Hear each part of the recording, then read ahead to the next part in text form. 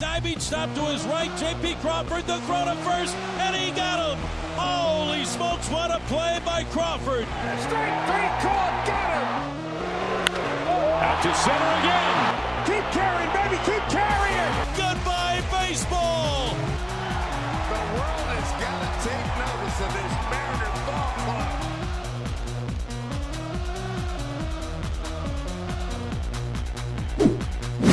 Hello, everyone, and welcome to Tridents Up. I'm Max Tanzer, joined alongside Bohn Crane Jr. We got another rendition for you guys today. This one's a fun one. This is one that Bohn and I are both very passionate about, and it's expansion, Major League expansion. And Bohn, why don't you start off explaining what you sent me just a couple days ago from CBS.com and the rumors. It's something that you actually called a couple weeks ago. Yeah, well, Max, as you know, you and I were kind of having the conversation about how is the MLB going to be able to recover financially from the millions of dollars that they are about to lose out from not playing this season. And so there was a really interesting thing that Mike Axisa, if I'm saying that correctly, from CBS Sports, wrote, talking about how the MLB could really make up a lot of money back by expanding. And the Major League Baseball hasn't seen expansion in 22 years. And by having two expansion teams, it really could bring in a lot of money just from those fees from two teams, or maybe even more, that could help them recover all the money they will lose. Absolutely. And we were talking about it. The fees can get up to about $500 million just for the expansion fee alone, not just the team itself. So that could be a big key. And not only that, I'm very sure that some of that money gets spread to all of the other owners as well, just to make sure that, they're not losing the chance to profit or so forth, because there's more competition with more teams entering the league. And that would also help some of the teams like the Rays and the A's, who may be, potentially, as we've also discussed, wanting to, not play a season because they could go bankrupt or something like that. Mm-hmm. Is there some teams that potentially could be losing so much money where, they're in a situation where they, almost have to not play. So why don't we start off? I actually, cracked some numbers, I guess you could call it, and looked at different, ways that you could locate teams to expansion teams, and then also realign the divisions a little bit. And something that was very difficult for me was, in some cases, I had to switch teams in divisions and also leagues from the National League to the American League, because one of my main focuses is kind of limiting travel, because, specifically for the Mariners, they have some of the worst travel schedules in Major League Baseball. I also noticed that the Rockies are just in the middle of nowhere. There are no other teams surrounding them besides maybe the Royals. So why don't we get a little bit deeper into what I was proposing here and the two expansion teams. So actually, I'll start off. I initially wanted to get Vancouver and Portland in there at once, because I think that really would have created some sort of borough in the Northwest that would have really not only expanded baseball, but it would have made things easier for those teams in terms of travel. However, if we're just limiting this to two teams, I put one in Portland and one in Charlotte, Carolina. And the reason why I put one in Charlotte is because I tried to make Southern divisions, and that would even out things more in the Southeast a little bit, as you have the Rays, the Marlins, and the Braves there. So because this would be 32 teams, it's 4 teams per division. The American League West would be Seattle, Portland, San Francisco, Oakland. And I know some people might jump on me for moving San Francisco to the AL. We'll get to that later.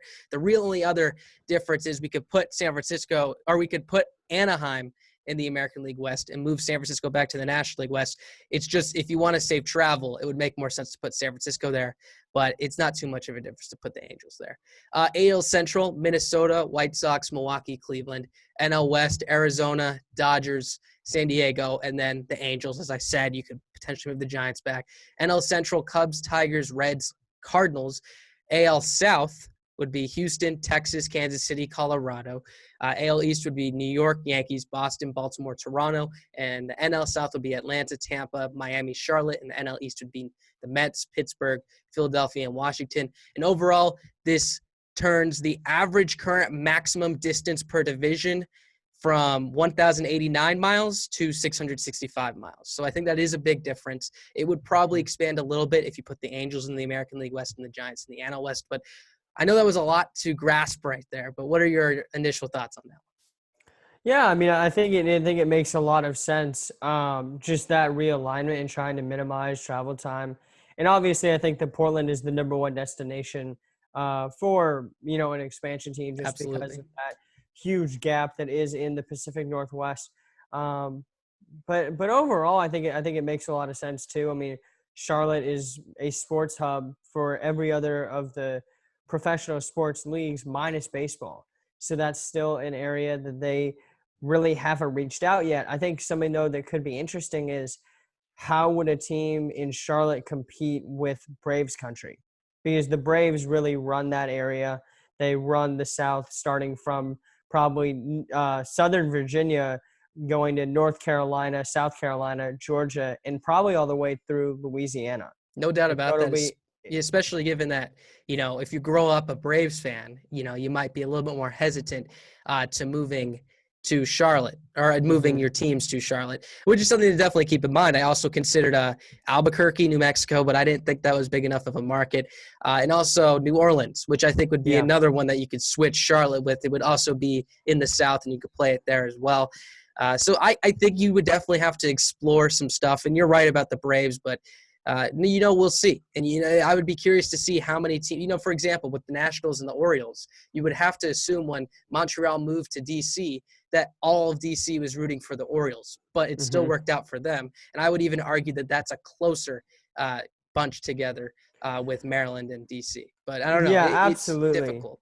Yeah, it is. And I think with DC too, it's also a very interesting situation because just there are DC itself, there are so many people coming in and out of it and so many people from different areas that in the beginning, I mean, you could argue that it was hard for the Nats to really find their own fan base because of the amount of travel constantly in and out of DC.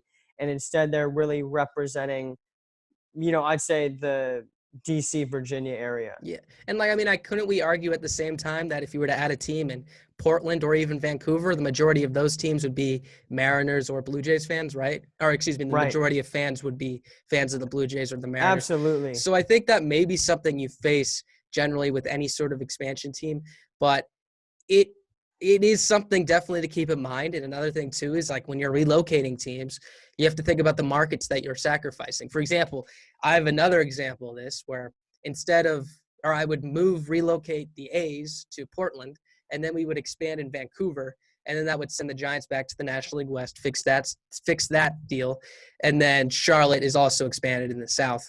And you got to wonder, you're taking away that Oakland, San Francisco type of market, but at the same time, you got to wonder, are those former Oakland A's fans, going to turn into Giants fans? I don't think so. I think they would be I don't probably think they pretty would. angry. Yeah, I mean, I think that really is the only thing in their way, right? It's never been attendance is the issue. It's never been the product on the field. It's always been the stadium, really ever since Mount Davis was built out in center field for the Raiders. And just, you got to – I think if you're the city of Oakland, you're just scratching your head at why you made that decision, because that was really – Mount Davis was built in order to keep the Raiders in town, and now they've left for Vegas. And so – if you're them, I mean, you're really disappointed. But I think Oakland is really going to try and scramble to keep this team because they'll go from a 3 sports team city to 0 in the span of 3 to 4 or maybe 5 seasons. And I would put Which, them at I'd say I'd put a half for the Warriors because, even though they're moved to San Francisco in terms of the arena, you got to imagine that fans are still rooting for the Warriors, right? absolutely. But I think as a fan, though, of Oakland, if you're an Oakland fan, that has to crush you Absolutely. a little No, bit yeah. to have all 3 of your teams leave. Yeah, and I actually think that will help the A's stay. I think Manfred, first of all, Manfred's already come out and said that he's not going to think about expansion until that the A's and the Rays can get their stadiums deal fixed or figured out. But with everything that's happening now, he may have to speed that process up a little bit. Yeah. But what are some of the other cities that you've thought about? I know you think about this a lot as well. Is there anything else that jumps out to you? Yeah, I mean, there are definitely a couple that really, pop out to me. Obviously, are the big ones that we touched on, right? Portland, Charlotte, New Orleans, I think is one that doesn't get enough attention. And probably one that I think a lot of people are shocked that we haven't mentioned is Montreal. but I think that's just because we have to wait to see how this whole Tampa Bay situation Oh, works out. I hope that doesn't happen. I hope it doesn't either, because I don't think it will work. But two other cities that I really think could get a team or could host one. One is Salt Lake City, and that would really help reduce travel time, because you think about Utah borders Colorado. Yeah. And so the Rockies are one of the only teams, along with the Mariners, that don't have a team bordering them. And so you think about bridging that gap between California and Nevada Colorado. too. Right, Nevada is also there. And So maybe you Vegas put a is an team in opportunity. Vegas. I you've personally, seen the success. this is just my bias. I don't want a team in Vegas, but I worked for the Golden Knights. It's likely going to work for the Raiders. So I wouldn't blame them for exploring it. But again, that Vegas is literally right next to California, and they already have so many teams in that area.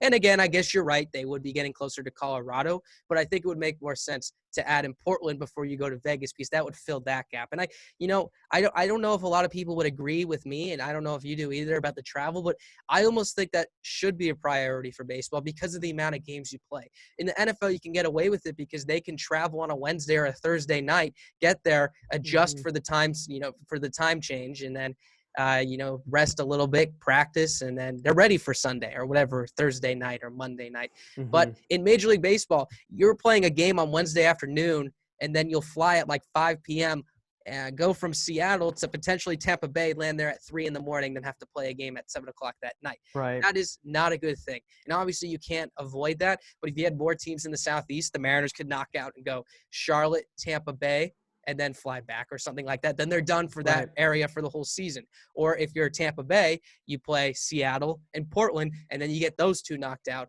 in one road trip. So you don't have to keep going back and forth. And another thing, it is so crazy to me, and I understand why, because they can't get around it. But the fact that the Mariners have to fly to both Houston and both to Houston and Arlington a combined 19 times a year almost, and because that is basically the same distance. Like I can't calculate it in my head, I guess, but that's an incredible distance, and I wouldn't be surprised if that's the longest distance between division rivals in Major League Baseball. And sometimes they'll even put it in a situation where they don't even go and play Houston in the same time. They'll go to Texas and then fly to somewhere else and go back. And I think if you add the South divisions, then the Mariners and even the California teams wouldn't have to fly over there as much. Yeah, it is interesting. And I think, I was trying to think just off the top of my head, probably the largest gap. If it's not that, I think it would have to be Tampa too, yeah. It would have to be the Rays and Blue Jays in Toronto. That's probably the biggest. But, you bring up Texas, and I actually think Austin, Texas is the largest city in the States without a professional sports team. And you think about just the opportunity that you could have there.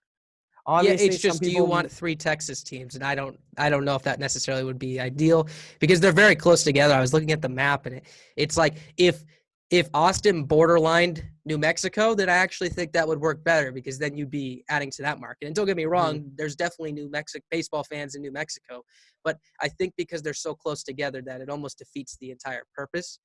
But I don't know. You might have different opinions. Yeah, I mean, I think that the NBA has proven brilliantly that it works by having a team in Houston, Dallas, and San Antonio. You think about the states that have more than 2 teams in sports. So obviously New York a lot of the times has 3, with usually 2 New York teams and a team in Buffalo. California obviously is the extreme in every case, having a surplus of over 3. Which is why I'd be okay. Besides the fact, taking the politics away from the athletics, if you were to scratch all that and take the biases out and the fact that they've lost 2 teams already, I would move Oakland out because I think there's already too many teams in California, and it's, you have San Francisco right there. Imagine the fans, if there was a blank slate and they weren't A's fans before, all those people living in Oakland would very likely be fans of the Giants, right? Yeah, absolutely. But I think like with Austin, going to college in Dallas, I know Austin is about 3.5 hours away and Houston is 5. You mentioned, Texas is huge. And obviously that, I'm sure in Austin, it's pretty split between Rangers and Astros fans.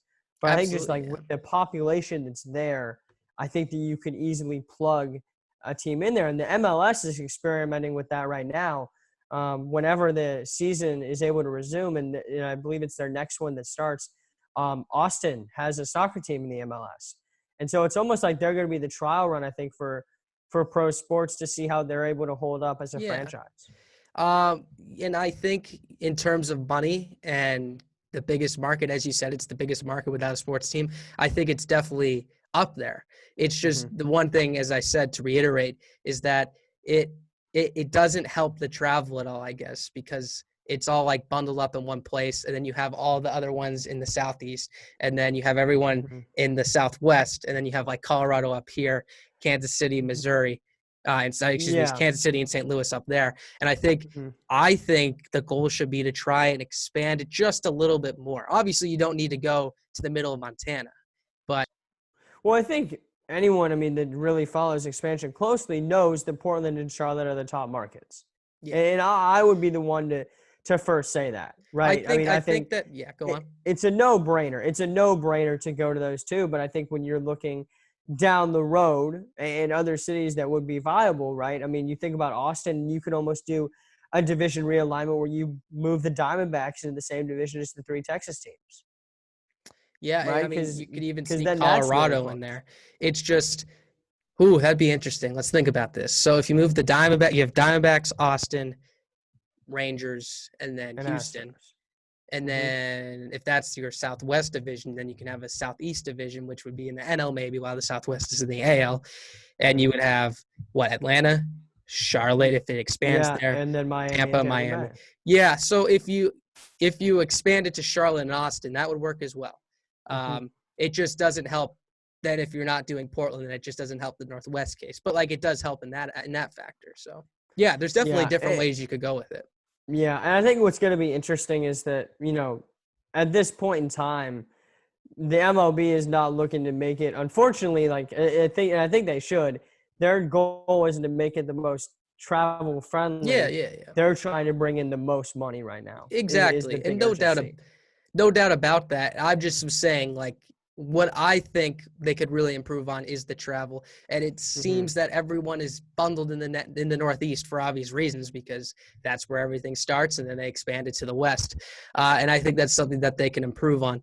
But no, I 100% agree with you. I think the money definitely will come first, but I still think markets like Portland and Charlotte and potentially even New Orleans could generate still a great amount of money and fix the travel issue at the same time. Absolutely. And I think really the big thing that's going to be the game changer in money is just expansion fees. Because you look at the NHL and the amount of money that those two teams, Vegas's expansion fee was $500 million and Seattle's was $650 million just to try and get a bid in. And so the MLB just having those two teams, wherever they are, plug in that money to start with before they add on the money that they make as teams, I think it will just really save the MLB from this money crisis that they're currently in. And specifically with Portland, too, they're able to take advantage of a market that only has the NBA and the MLS. So they wouldn't have to compete with the NHL, and they wouldn't have to compete with the NFL. And I think that's definitely something that they could take over as well. Now, the Trailblazers obviously have had some success the past couple of seasons, and I think the NBA is growing. But I don't think it would be too difficult for MLB to walk in there versus maybe New Orleans. You have the Saints, who definitely dominate that market, right? And the Pelicans as well. So maybe a little bit more difficult. Yeah, the big thing, though, you think about that is that both cities, they don't have a team to support over the summer, right? With New Orleans, the Saints season wraps up. If they make the playoffs, if they go all the way, would end in the second week of February. And then the Pelicans, if they were able to make the finals, the furthest their season goes is June. And that's a very great point, actually. And so they won't have anyone to compete with if they went to New Orleans. With the MLS, though, in Portland, I believe their season cuts a bit more into baseball MLS season. overlaps, as well as the NBA. But then again, I think that we see the consistency that Portland's fans show in and out for their teams, regardless of the level. I don't think there would be any doubt that their fans would really show out. But I think that this is where the concern could be with Charlotte, because they have three teams there. Yeah. And you got to think about, too, the Braves are, and just going back to that, obviously one of the most historical franchises in the MLB. And so I think that would be a little bit harder to win over that area, but I do think it's possible. Yeah, and I think, as long as baseball and its fandom stays where it is right now, I know obviously it's declining a little bit, or it's falling behind in the race compared to the NBA and the NFL. I think that fans would sort of over time grasp onto that, Hmm. because as we mentioned with the Nationals example, and I think if you were to put an expansion team in, a lot of big cities that already have been dominated by teams, sports tend to be about, it's like you got to win them over a little bit, Hmm. and the majority of the fan base isn't going to jump on you immediately if they've been rooting for the Braves forever. But really what I think they're going to rely on is the younger kids who haven't grown up with the Atlanta Braves as much. And hopefully, in 8 to 10 years, then they will have that core that will eventually grow and then have kids and then raise their kids to be Carolina MLB Yeah. fans versus the Braves and so forth. But no, I agree with you in that aspect. And then the other one, Vancouver, is an interesting one to me. One reason I really Yeah. like this is because, obviously we talked about Montreal a little bit, but that's two northeastern Canada teams, or I should say southeastern Canada teams from their perspective.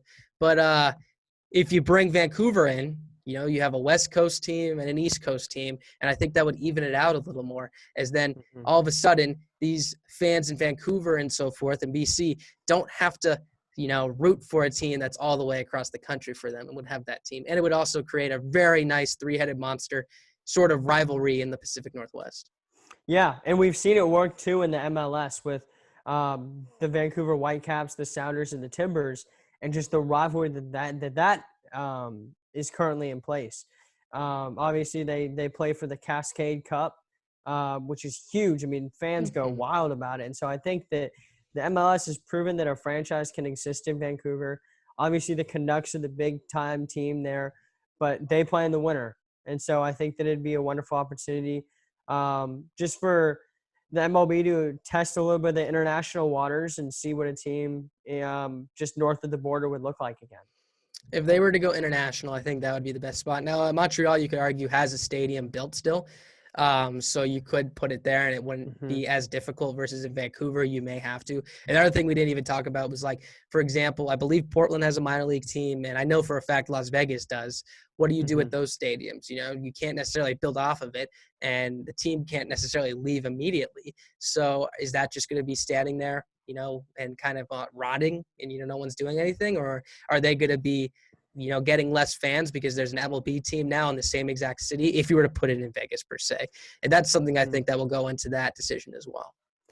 Yeah, and I think that especially like right now with the way that Manfred is handling the minor league It baseball, might be convenient. Yeah. right? It might be convenient. He could shut down a couple more teams, but I think that what the I think in cities their would do. case, though, it's more of on the level in that case. So I think he would probably relocate. I think they're the A's AAA affiliate, so they would probably move him. But Yeah. go on. No, I think that what kind of cities would try and do is, um, I think, turn their fields into either high school fields or college fields. I think just to save money.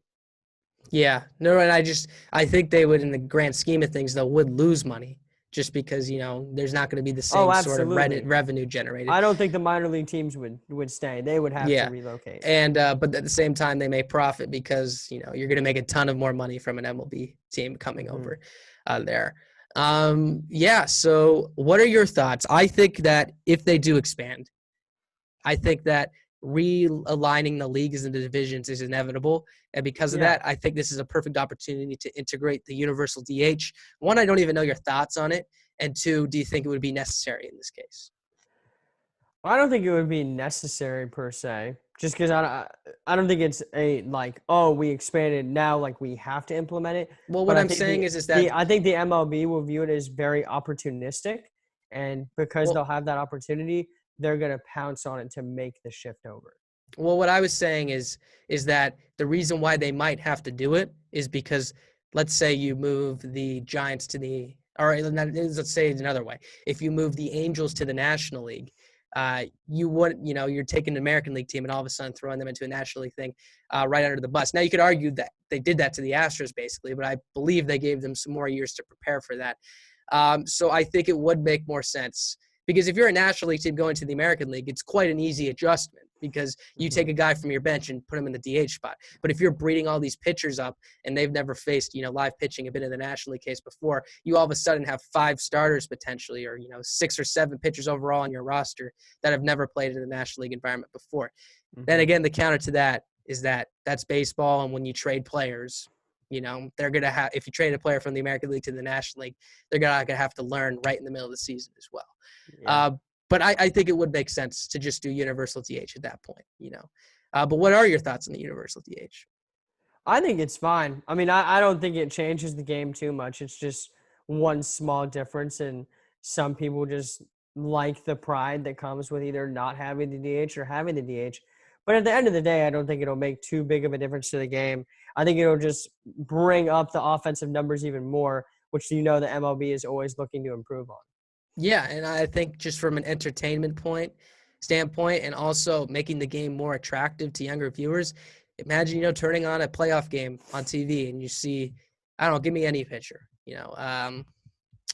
Johnny Cueto, Felix. Okay, yeah, Felix in the NLDS this year, if they have one.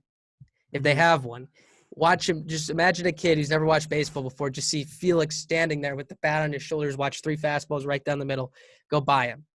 Right. That's not exciting. That's not how you're going to win over fans. And I think the DH is a better opportunity. And it would help a lot of teams, too, because now the Dodgers could DH Jock Peterson. The Mets could DH Yoenis Cespedes or even Wilson Ramos at this point. I think overall, even though it would break tradition, it has to happen if baseball wants to evolve. Absolutely. All right, well, that's going to wrap up Trident's Up today. Thank you guys so much for tuning in. Make sure to like and subscribe. For Bohn Crane Jr., I'm Max Danzer. We'll catch you next time.